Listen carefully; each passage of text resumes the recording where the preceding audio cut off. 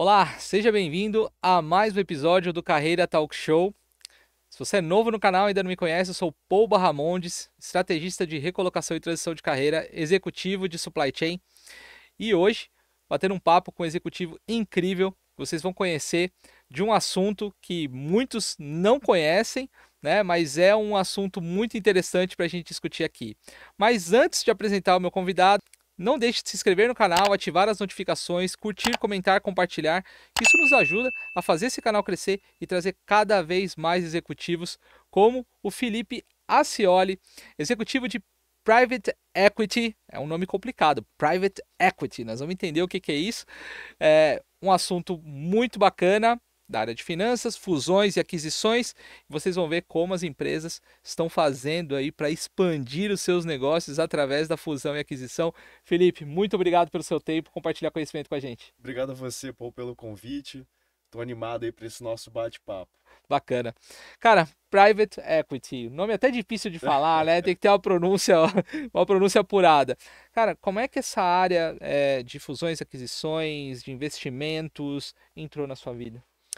Pô, é engraçado isso, né? Porque a vida vai nos levando, mas a gente também, com os nossos sonhos, né? A gente também vai guiando um pouco, né? Então isso começou assim, cedo na minha vida, na verdade, né? Eu tive uma experiência no mercado de capitais, logo no começo da carreira, que foi trabalhar como equities sell side, né? Então, basicamente, eu trabalhava na área de research, fazendo análise das companhias, análise dos setores, fazendo recomendações de compra, de determinadas ações, montagem de portfólios. E isso é, despertou uma paixão pelo mundo dos negócios, né? E aí você vê que os negócios têm semelhanças, tem muitas coisas que, independente do setor, você tem que fazer, é assim que se faz. E, ao mesmo tempo, cada setor tem a sua especificidade, tem a sua beleza, né? Mas isso despertou um gosto por negócios, né? Pelo empreendedorismo, né? Uma palavra que está muito em voga, assim, né? Mas e que não é para todo mundo, Não é né? para todo, exatamente. Mas que em mim despertou essa paixão pelo empreendedorismo, né? E aí a vida vai levando, né? Fui conduzindo minha carreira de uma maneira que depois conseguisse finalmente, depois de uma longa estrada, né, de uma escadaria, aterrissar no private equity, que nada mais é do que uma forma de empreendedorismo, né? Só que você acaba fazendo um pouco com capital próprio, um pouco com capital de terceiros, né? Muito também com base na credibilidade justamente dessas casas que conseguem reunir executivos que têm essa experiência, né? De conseguir empreender em diversos setores. E, de fato, o empreendedorismo é uma coisa fantástica, né? Isso eu acho que se juntou um pouco também com a minha paixão pelo Brasil, né? E de você se sentir também, de certa forma, influenciando o ambiente interno, a conjuntura, você criando empresas bacanas, que geram empregos, que melhoram a vida das pessoas, né? Então, quando eu consegui chegar lá no Private Equity, né, foi uma grande realização, mas de um caminho que foi sendo pavimentado ao longo do tempo, né? Antes, por exemplo, de chegar no Private Equity, eu fiz ainda um longo período só trabalhando com M&A para fundos de Private Equity, mas só fazendo M&A, né? Depois, quando você vai ser realmente um gestor em Private Equity, você já junta outras características, outros skills, né? Sem abusar aqui das palavras em inglês, né? Mas você vai juntando outras Habilidades. habilidades, né? Para você ser um bom gestor de private equity. Então, foi um pouco por acaso, mas foi uma perseguição também de um sonho, de um desejo antigo, sabe? Cara, espetacular. E você foi na contramão do que normalmente uma pessoa segue na carreira. Mesmo porque quando a gente estuda, né, faz faculdade, você não tem essa parte do empreendedorismo, essas competências do empreendedorismo tão forte, né? Normalmente, empreendedorismo você vai aprendendo meio que fazendo, né? Tentativa e Fazendo, erro, né? errando, tentativa e erro. Então, como é que foi esse processo de tentativa e erro? Aprende e vai fazendo acontecer? Porque no Brasil, assim, hoje você tem, claro, muitas universidades, você já tem muitos cursos que ensinam Uhum. essas competências, mas lá atrás não tinha, né? Não, não tinha. E aí, assim, eu tive a oportunidade de fazer MBA, fazer mestrado, assim, então você tem uma pincelada disso, né? É, nesses cursos, mas é a prática mesmo, acho que é o dia a dia que vai te dando realmente os skills que você precisa, vai te lapidando, né? Então, eu acho que eu tive uma coisa bacana que foi aprender um pouco com o erro dos outros, né? Não precisei ficar Que é errando, uma né? forma maravilhosa de se aprender. Eu falo É, pra todo mundo, você pode aprender como fazer o certo e como não fazer as coisas também, né? exato, né? Tem gente que não aprende nunca, né? Tem gente que aprende com os Verdade. próprios erros e a melhor coisa é você aprender com o erro Deus dos dos outros. outros, né? Então, como eu fazia research, né? Então, o que que eram as minhas interfaces? Eram os CEOs, CFOs das companhias, né? Normalmente os diretores de relações com investidores, eles até acumulam outras funções, né? Ou é o CEO, que é o RI, ou o CFO é o RI, mas mesmo quando você tem um DRI, né, focado só naquela função, mas você está falando ali com pessoas também que já têm uma estrada e que têm uma visão estratégica para as companhias, né? Então, você a cada trimestre acompanhando resultados, acompanhando também não só o planejamento de curto prazo, mas o planejamento de médio e longo prazo, com os guidance, o que o cara está enxergando do mercado, qual o caminho que ele está dando para aquela companhia, quais são as novas oportunidades, novas linhas de receitas, M&A, o que o cara está pensando, né? Então isso vai te trazendo uma bagagem, você vai vendo o que eles estão fazendo, né? E você vai aprendendo muito com isso, né? Então, essa área foi muito rica, cara. E eu não aterrisei nela também, né? Não foi fácil também chegar assim, né? Porque é uma área super concorrida. Eu sou economista de formação. E aí.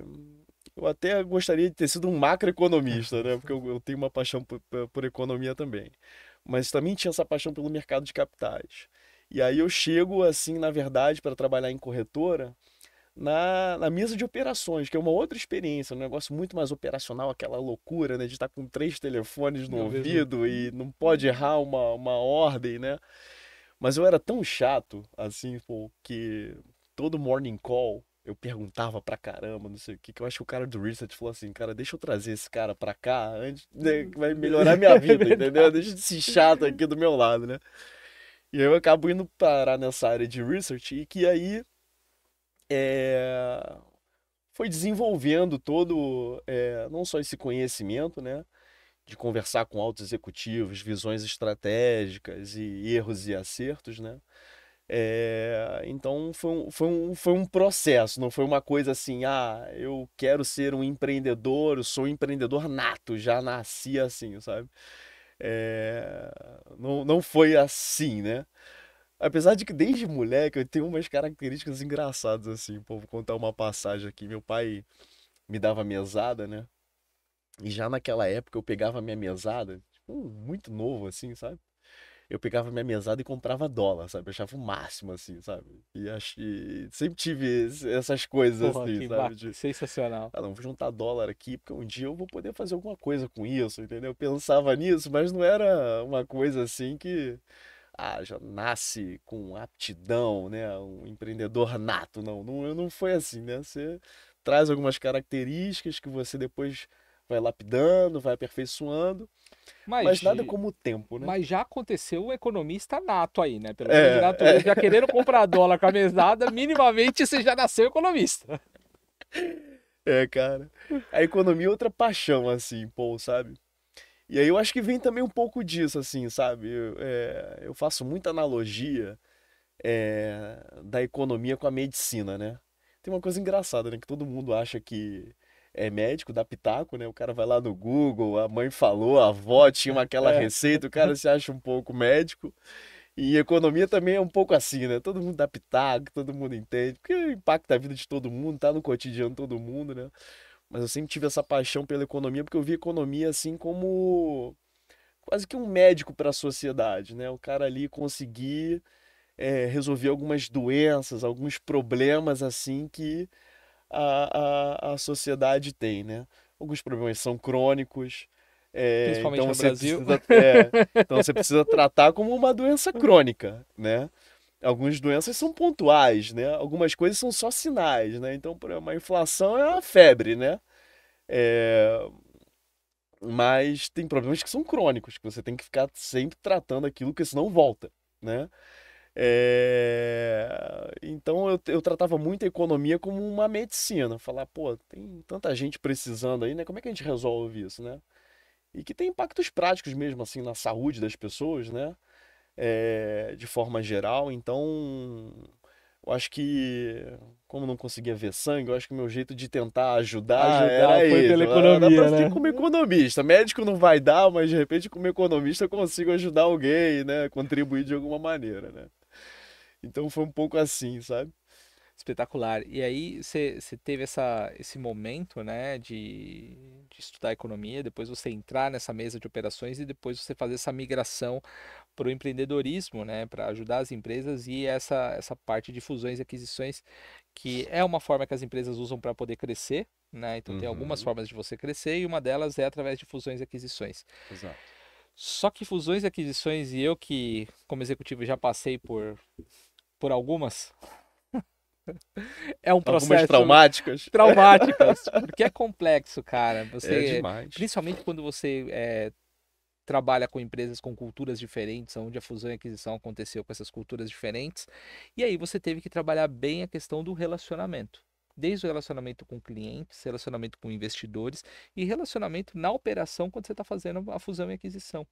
É, você cara gosta de conversar, você é um cara bom de relacionamento, mas como é que você construi esse relacionamento multidisciplinar, que eu chamo, ou seja, você se relacionar com o cliente é diferente de você se relacionar com o investidor. A cabeça do investidor é uma cabeça de médio e longo prazo, mais para o longo prazo. Já o cliente tem aquela coisa mais imediatista, eu quero resultado. Como é que essas características você foi desenvolvendo ao longo da sua carreira? Cara, é muito interessante essa sua pergunta, pô, até agradeço, assim. Porque, de fato, você precisa conseguir interagir com interlocutores muito diferentes, né? Perfis muito distintos, né? E eu acho que eu tenho um pouco dessa habilidade da comunicação, da facilidade, né? É, própria, mas isso também tem um pouco, acho que, da sua história de vida, né? Então, por exemplo, assim, eu estudei em colégios onde eu sempre tive uma variedade muito grande de perfis, né? Eu não estudei num colégio de rico onde só tinha gente muito rica. Eu estudei numa escola onde tinha gente pobre, tinha gente de classe média e tinha gente rica. E isso te traz uma visão da vida, né? Como ela é, e de diversos públicos, diversos perfis. E eu sempre consegui me relacionar bem com todos esses públicos, assim, de ter amigos, de ter um amigo que, quando saiu da escola, o sonho do cara era ser soldado da PM, e outros que foram ser executivos, né, de grandes empresas, que foram fazer pós-doc, perfis muito variados, né? E eu acho que isso faz com que você consiga fazer uma leitura da tua contraparte e você adaptar um pouco o discurso, né? Adaptar um pouco a tua postura, a tua vestimenta, você entender como que você cria um rapport com aquela pessoa, Essa é a cria uma chave. conexão com aquela pessoa, né? Porque às vezes tem deal que vai dar errado porque você já errou nessa conexão de cara. Às vezes você encontra uma pessoa e você fala, cara, não teve liga. Não bateu o santo. Você fala, não É bateu o isso aí, santo, é né? isso aí, é isso aí. E aí, cara, isso vai de um aprendizado, cara, assim, da prática, né? Mas que você começa a prestar atenção em pequenos detalhes, né? Então, chegava para fazer M&A, para conversar com um empreendedor de diversos perfis, né? Eu trabalhei muito com esse setor de educação. É um perfil. É o cara que tem estudo, é o cara que tem sonho, né? Às vezes o sonho de fazer aquela faculdade é o sonho da vida do cara. Às vezes é um sonho que já era o sonho dos Eu pais, os ia pais comentar isso. professores, Exatamente, eu aquele ia comentar sonho isso. de deixar um legado também para a sociedade. É um perfil, né? Fiz muito M&A em saúde também, trabalhei muito com o setor de saúde. Já é outro perfil. É o médico, que é um perfil já particular também, né? De um cara que estudou muito, mas que às vezes é um médico que já tem uma característica de gestor também, aí foi empreender, e aí às vezes é um cara que foi muito bem sucedido dos dois jeitos, é um cara que tem um bolso fundo já também às vezes, e para você conseguir aquela conexão, você tocar o cara, você vender às vezes o teu projeto, porque às vezes o cara vai ser seu sócio, né? Ou às vezes o cara vai vender tudo, mas você tem que ter muita responsabilidade sempre com o legado que esses caras estão deixando e como que você vai trabalhar isso, né? Para o cara continuar se sentindo parte daquela criação, Porque é né? como se fosse um filho, né? É um É um filho. filho. E às É, vezes que a pessoa tem dificuldade de é desapegar. isso. Meu filho vai pro mundo, mas eu não quero que ele case com qualquer um, entendeu? Exatamente. Então, o que que ele vai ser depois disso, né? Porque eu vou continuar sendo o sócio fundador desse negócio, entendeu? Então, você entender o que que toca o cara, né?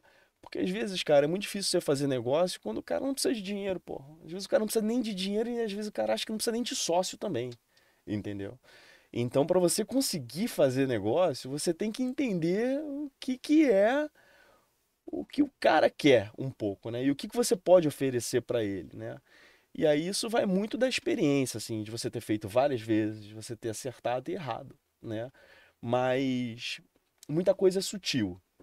Muita coisa é você chegar para uma reunião e não estar vestido, por exemplo, muito over. Chega lá de terno e gravata, falando sofisticado, falando termos que o cara não entende, falando inglês, falando. Aí tu fala, cara, pô, esse cara, porra, não bateu o santo. Aí o cara vai falar aquilo, entendeu? Então, às vezes vai pela vestimenta, vai pelo jeito, entendeu? E isso, cara, é tão bacana porque muda de estado para estado. Você vai conversar com um empreendedor Perfeito. carioca, ele é de um jeito, o empreendedor paulista é de outro, o empreendedor do interior de São Paulo é outro perfil, do Paraná, Rio Grande do Sul, cara, cada lugar tem uma característica, né? Impressionante. Isso as pessoas carregam. E cada setor também tem a sua Tem a sua característica. Eu exatamente. trabalhei agora recentemente também com o setor de varejo de alimentos, né? Cara, é outro perfil, cara. É o cara que, sem nada pejorativo, tá? Mas às vezes é uma pessoa mais simples, às vezes não foi ser PhD de nada, mas é um cara que tem conhecimento, ele sabe o que que ele tá fazendo ali, porque senão não sobrevive. O setor do varejo no Brasil é altamente complexo, Muito. competitivo, dinâmico, é um negócio que é pros Visceral. Eu competentes, costumo dizer que é visceral. exatamente. O cara, apesar dessa simplicidade, é um cara que negocia no centavo há 40 anos todo dia. Ele tá comprando alguma coisa e vendendo, entendeu? Então, você chega pra negociar com um cara desse, o cara é uma águia, cara, entendeu? Ele, pô, te bota no bolso às vezes. Então, você tem que ter jogo de cintura, tem que saber falar o linguajar do cara também, entendeu? Então, assim, é a estrada que te traz essa forma de melhor abordar, porque às vezes, né, pô, você tem que abordar o cara no cold call. O cara não sabe quem você Exatamente. é. E você tem que, às vezes, tem 2 minutos de janela para você conseguir Captar o cara ali. encantar. Entendeu? Então, é, não é para todo mundo. Pô, a verdade é essa, assim, sabe? É, o- Às vezes você tem várias habilidades, né? Você tem habilidades para construir um business plan maravilhoso. Você tem habilidades para enxergar um negócio de forma maravilhosa. Mas às vezes para você sentar e tocar um M&A, tocar uma negociação, às vezes falta alguma coisinha. Nem que seja, às vezes falta um carisma, às vezes falta uma uma velocidade de pensamento, porque as coisas estão se dando ali, ao vivo, né? Cada coisinha tem um impacto, entendeu? Já passei por cada situação, cara, que melou o deal ou fez o deal ir pra frente, que você nem acredita, entendeu? Fala, pô, mas isso melou o deal? É, cara, foi isso, entendeu? Porque você chega assim numa mesa, né? E tem um monte de gente à mesa, né? Às vezes não é só você e o empreendedor, né? E tem vários interesses ali, né? Então, é um bom É um advogado. Shark Tank ao contrário, né? Exatamente. Então, você tem um bom advogado, um cara que também conquista a confiança do cara, que dê tranquilidade pro cara não achar que você tá querendo enganar ele, porque, Exatamente. cara, isso é horrível, cara. Quando você não consegue estabelecer credibilidade, né, e propósito comum, falar, cara, ó, estamos trabalhando aqui com o mesmo foco, com o mesmo objetivo. Eu não tô com.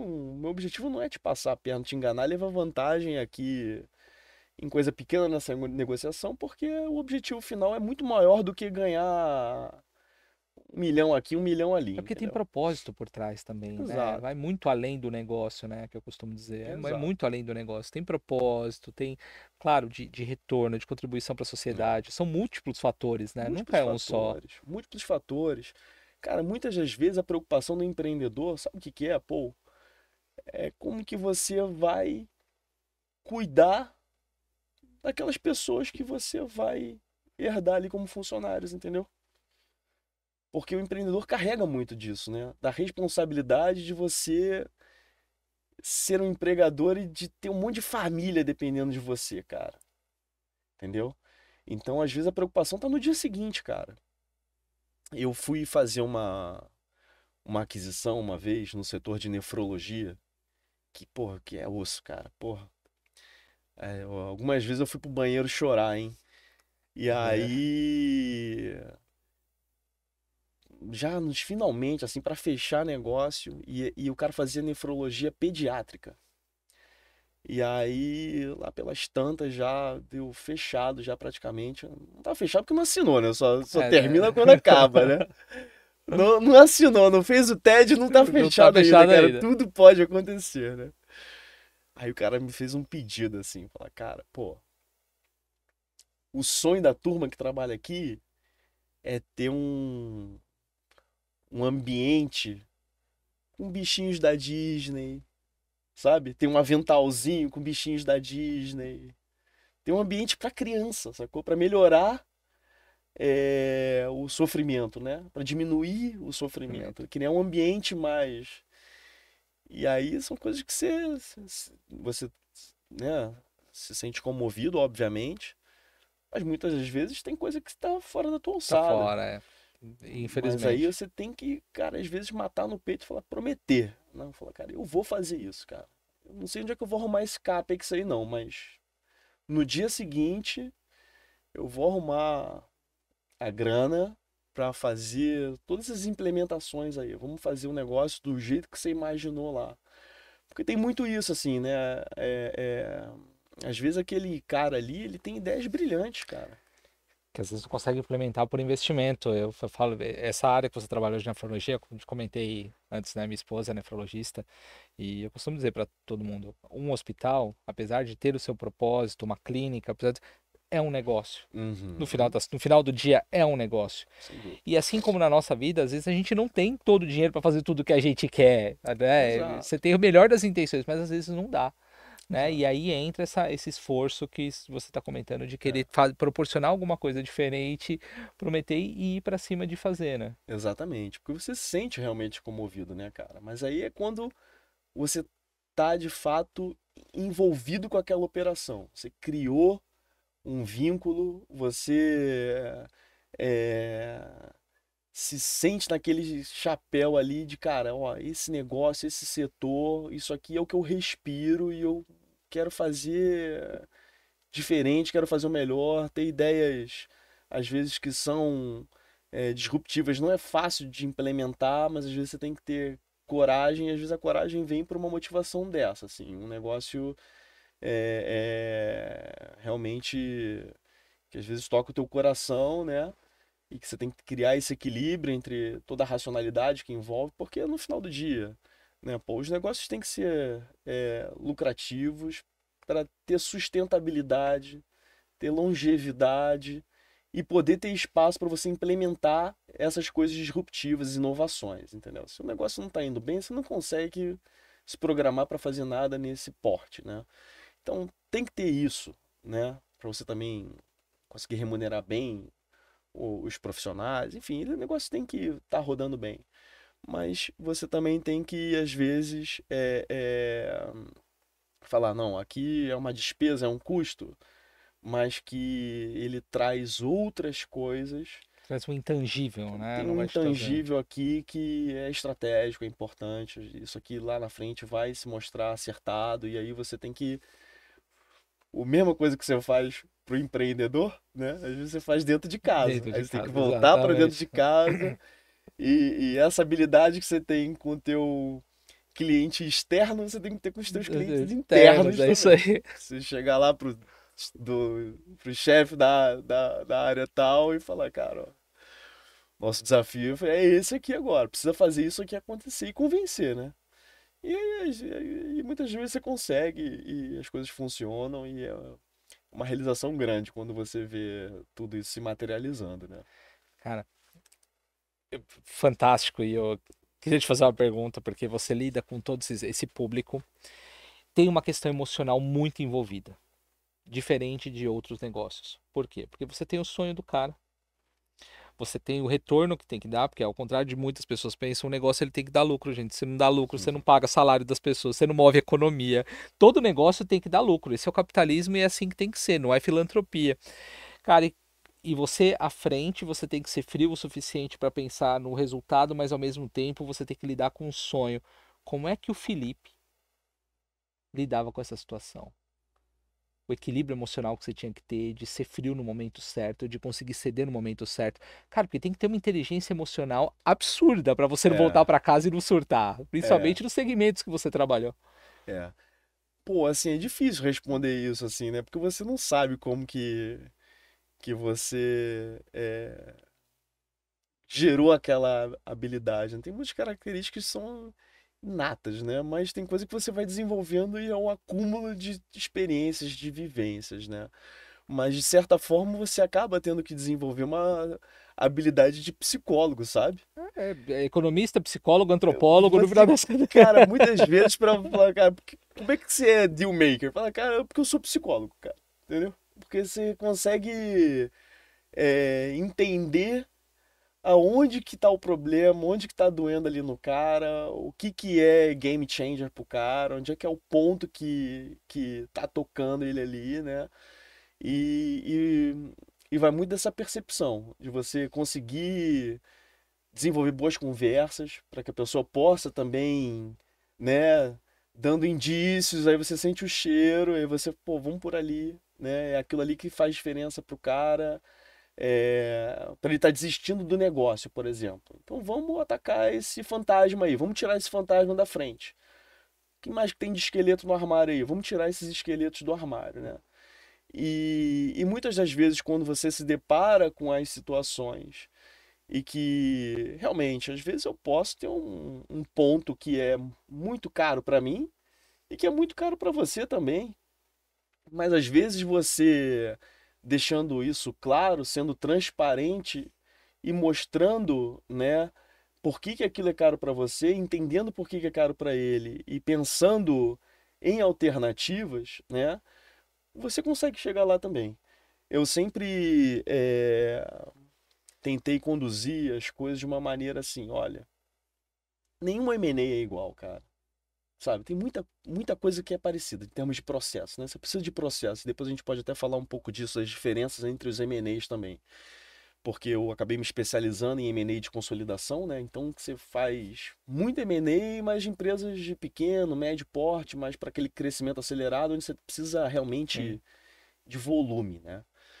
E às vezes tem um M&A maior que tem as suas características também. Às vezes é mais demorado, você vai fazer um no ano, vai fazer um a cada 2 anos, mas que tem outras complexidades, outras características. E aí você precisa, às vezes, mostrar pro seu interlocutor, né? É, onde é que estão as vantagens e desvantagens, onde é que a gente vai chegar com isso, entendeu? Mas sendo transparente, sendo claro e mostrando ali que apesar da gente ter aquela, aquela diferença, mas com um propósito em comum que às vezes é maior, que aquilo passa a ser secundário. Eu vou ceder um pouquinho daqui, você vai ceder um pouquinho dali e o negócio vai, entendeu? Então você tem que, de certa forma, também se mostrar sensível ao outro lado, e a forma como eu tento conduzir isso, que foi quando eu comecei aqui a minha frase, né? É você tentar não chegar como uma fórmula de bolo. É muito ruim quando você chega com fórmula de bolo, né? Você chegar pro cara e falar assim, cara, ó, Tentar impor regras, é né? assim, o contrato tá aqui. Quer, não quer? Quiser, assina. Se você não quiser, eu vou comprar o do lado, entendeu? Que às vezes pode ser uma estratégia de negociação até, mas é uma forma mais dura. De repente você vai usar esse recurso, mas é uma estratégia específica para aquele caso, entendeu? Mas normalmente, quando você se mostra disposto a entender onde é que o calo do cara aperta e se mostrar flexível, né, tentando acomodar, eu acho que aí você consegue resultados melhores, né? É muito ruim quando você vem com uma postura de que eu sou o comprador, eu tenho muito dinheiro e você é mais um, né? Aí, pô, aí fica difícil, sabe? É. Então, às vezes você chega muito financista pro cara, entendeu? Fala, cara, pô, meu irmão. Às vezes o cara é, pô, mais velho que você, né? Fala, esse moleque aí. Porra, faz isso aqui há 30 anos e o moleque aqui sentou dizendo que vai fazer melhor do que E só eu, porque tem o dinheiro na que tem mão. grana, que me compra assim, que eu não tô valendo quanto eu acho que eu valho.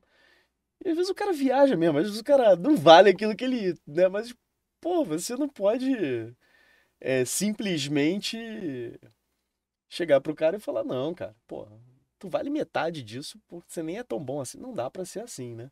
Você tem que construir o É uma negócio. Tudo é a construção, forma né? como você é, é, explica, como você conduz, né? Se você conduz de uma maneira positiva, tecnicamente mostrando alternativas, os caminhos, mas por que que não vale? Por que que eu não consigo pagar isso? Fala, não, você vale, mas o mercado não tá pagando isso, então também não posso pagar tanto além do mercado, porque acontece isso e, cara, são várias maneiras, entendeu? Às vezes você tem que encontrar a forma mais gentil, né?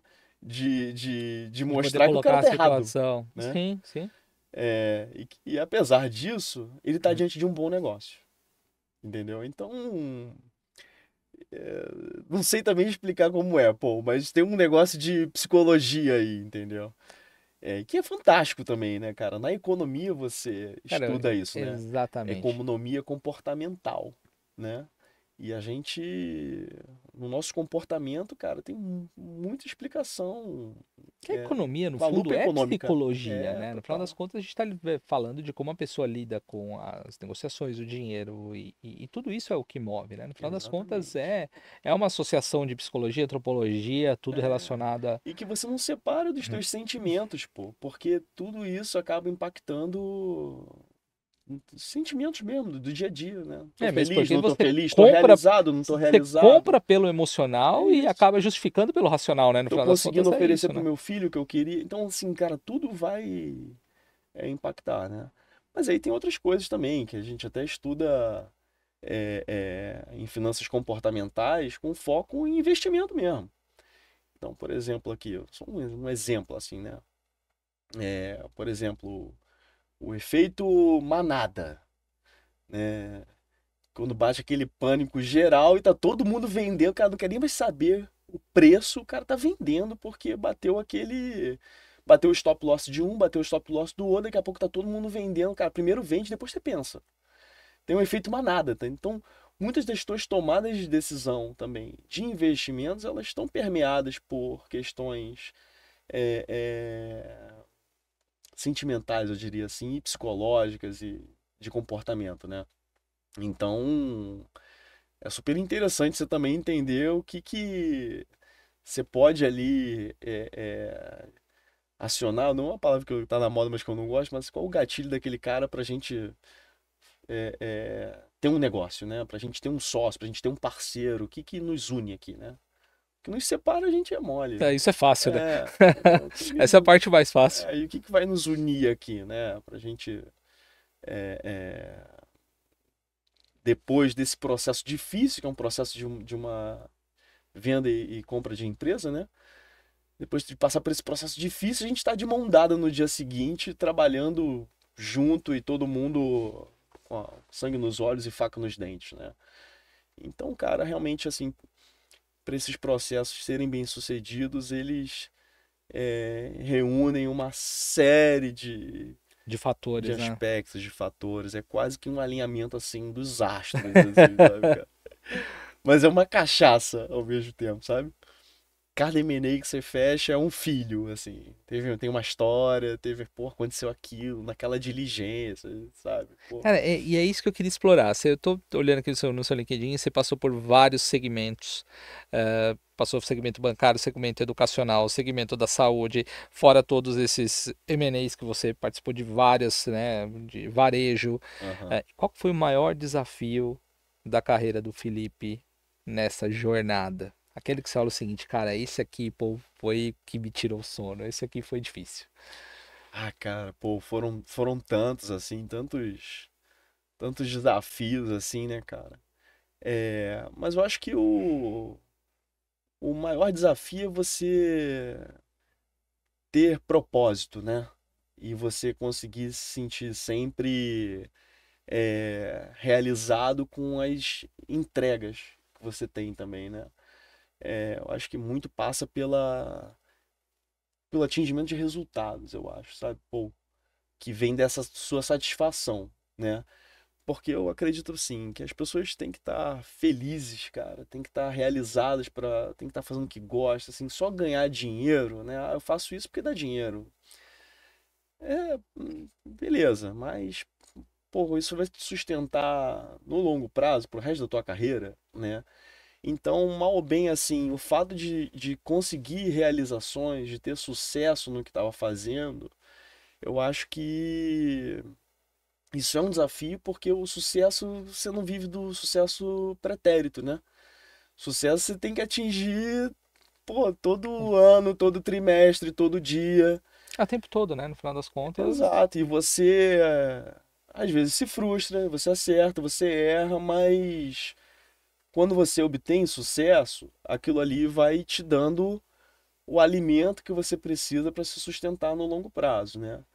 Então, eu acho que o grande desafio é você conseguir acordar todo dia pensando naquilo, respirando aquilo e com base nisso, você também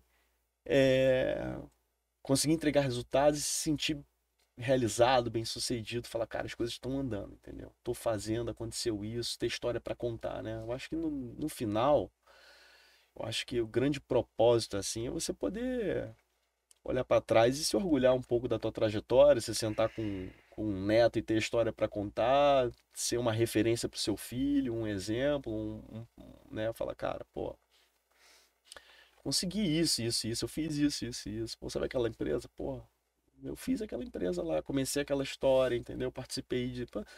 Então acho que isso é o objetivo, é a motivação diária, assim, sabe? Você buscar realização com base na efetividade do teu trabalho. O que que eu produzi, o que que eu deixei de legado, né?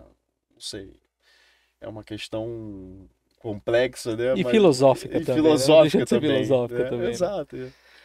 Cara, e como é que você vê as tendências?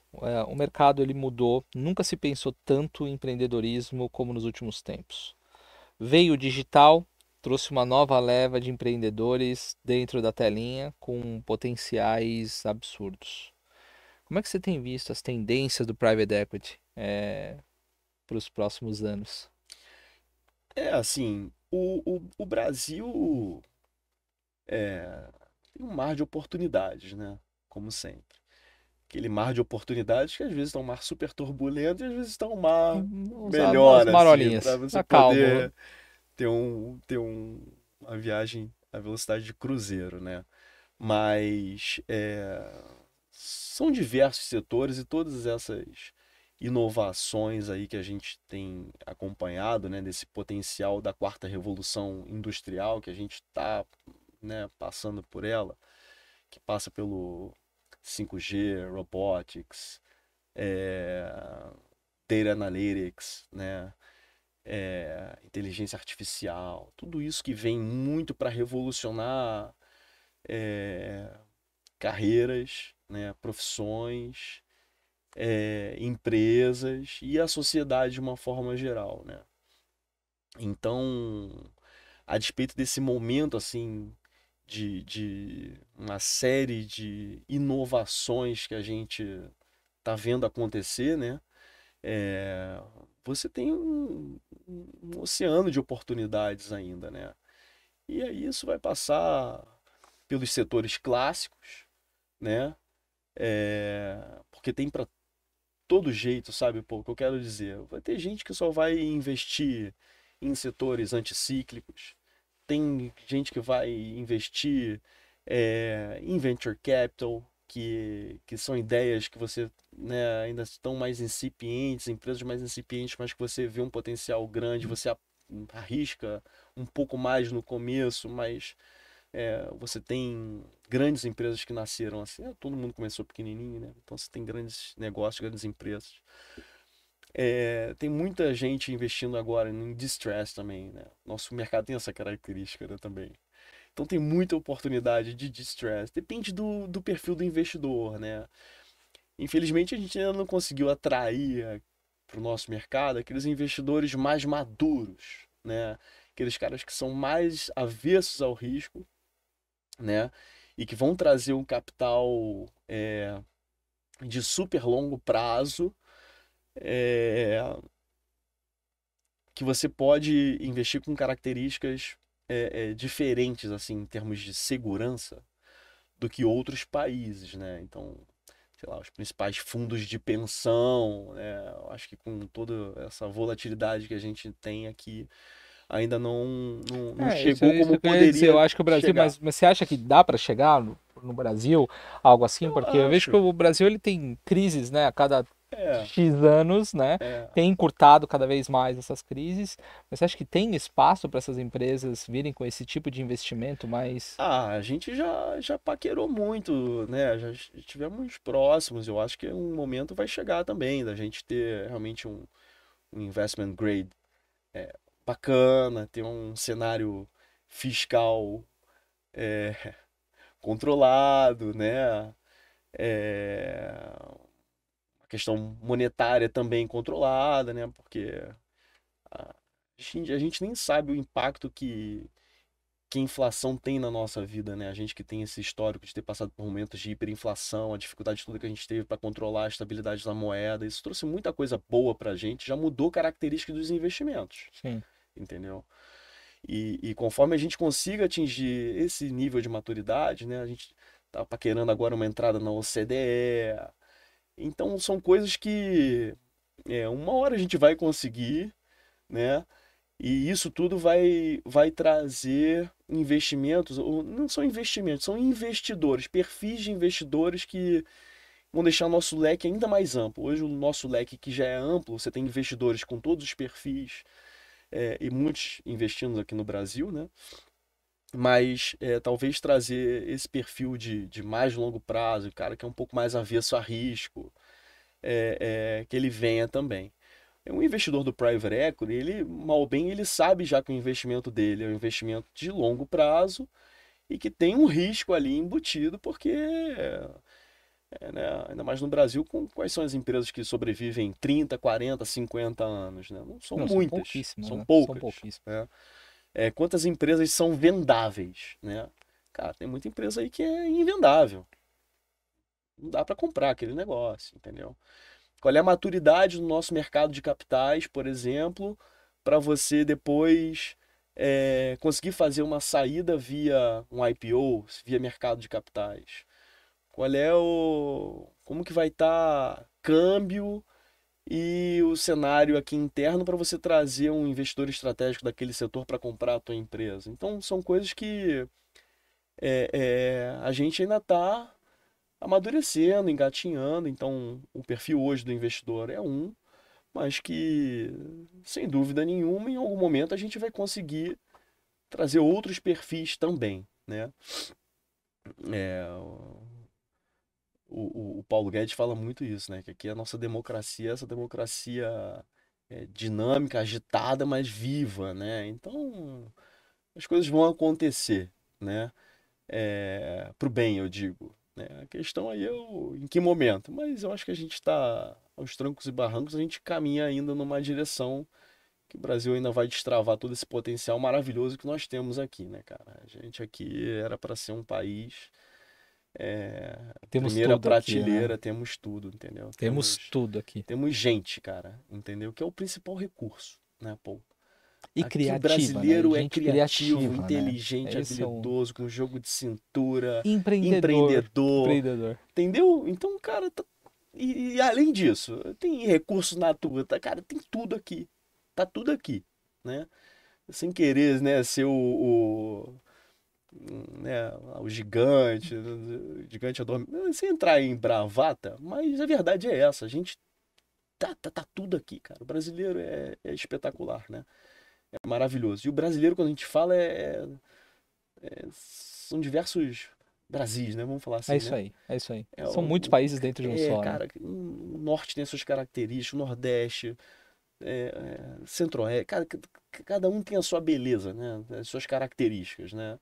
Mas o potencial é fantástico. E uma hora a gente vai destravar isso. Então hoje eu ainda vejo o mercado assim, é, é, de diversos setores. Em gênesis, então, por exemplo, o setor de esportes agora está numa gênesis fantástica, né?